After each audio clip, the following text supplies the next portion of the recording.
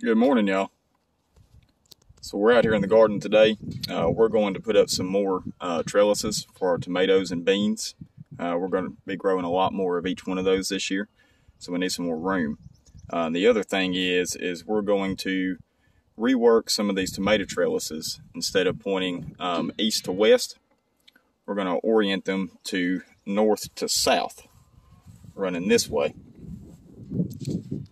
and see if we can get a little bit more sun exposure on these guys. So let me get started here, and I'll take you along.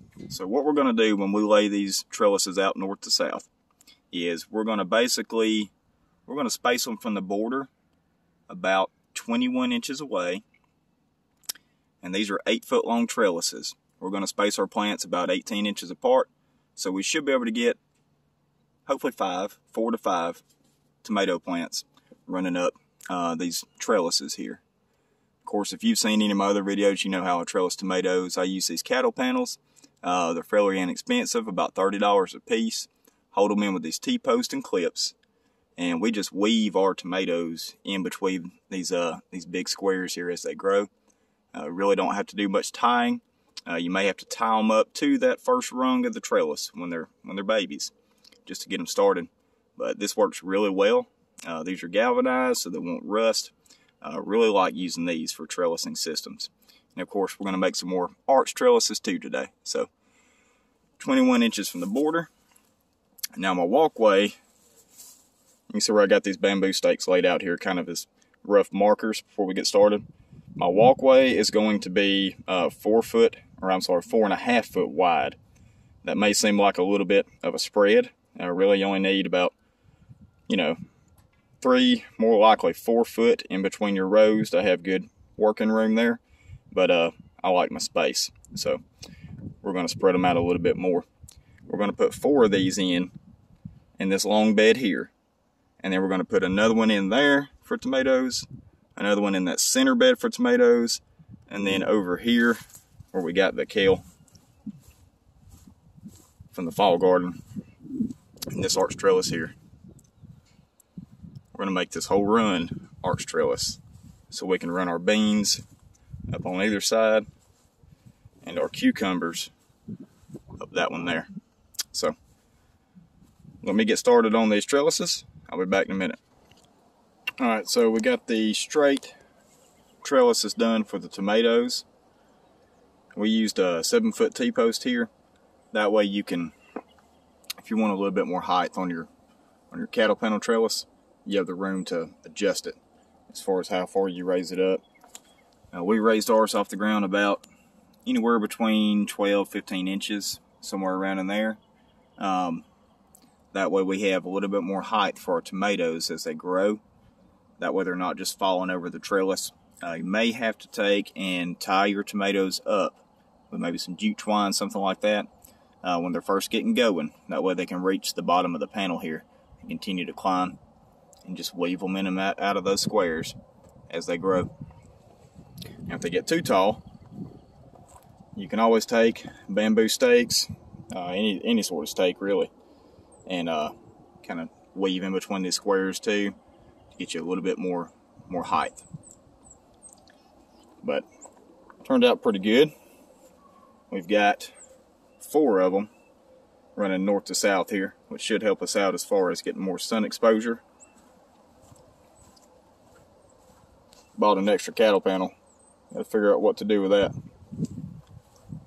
And we got another panel over here for our tomatoes. Now this one is not running north to south, but it should be okay. The sun sets over here, or it rises over here, I'm sorry. And it normally gets a pretty good bit of sun right there. Another one here. Amongst all these onions that need to be pulled out.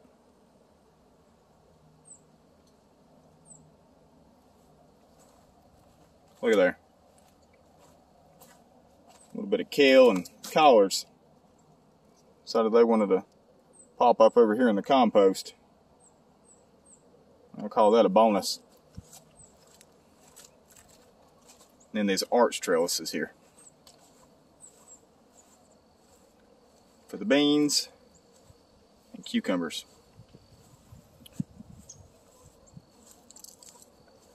Now, if you notice, we took and put the T-post inside the beds, the raised beds.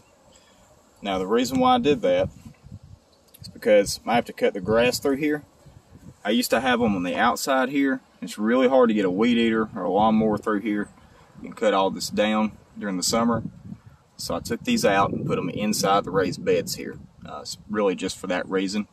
It did make the trellises a little bit taller, but they're not so tall that you can't reach them. I can grab a hold of the top there. So if y'all are thinking about different ways of trellising your tomatoes, or your beans, cucumbers, I mean really anything that climbs, I'll say try these cattle panels out. I really like them. They're pretty sturdy. You know, they're not, once you put them in, they're not really going anywhere. They're galvanized. And for the arch trellises here, you don't even have to cut these. You just measure out your T-post, put them where you need to be, and then take your cattle panel. Might have to have an extra set of hands, it definitely helps. Put it in the ground, right there next to the post, secure it, and then take and just simply walk it over to the other side. Secure it. That's it. Now for the straight panels, I cut those at 8 foot a piece. Basically you're cutting the cattle panel in half. These beds here are roughly about 8 foot by 8 foot. So we're able to squeeze 4 of them in here. But you can do, you know, whatever size bed you have, you can adjust that to fit. But hopefully this will give you guys some ideas. Now that it's done, I'm ready to get something on here. Get some beans, tomatoes, cucumbers growing. But anyway, I appreciate y'all watching. Hopefully this will give you a good little bit of information. I need to get to cleaning out these beds, getting ready for spring, summer crops. Looks like the kids have already started to help me there. I won't complain about that.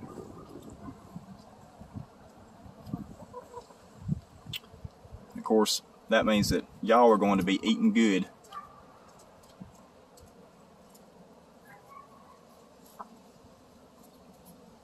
Like you're not already. Alright, y'all. We'll see you next time.